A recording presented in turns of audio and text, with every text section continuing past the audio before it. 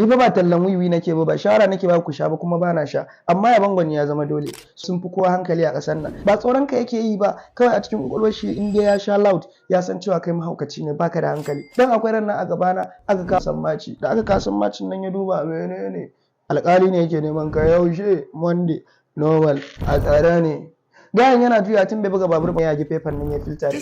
simple easy life na ce sai na je na kalli yadda za a shari'ar nan da muka je cikin kotu alƙali yake tambayar shi wannan ya ce ka ci zarafin shi ka zage shi ya kalle shi na gane ka yan labai wallahi gaskiya ya faɗa kuma dalili na shine akwai inda nake zuwa in labe ina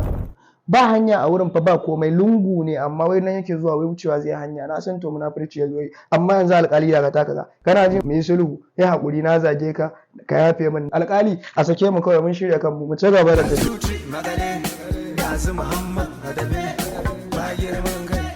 haka yanda ka zo ni ma haka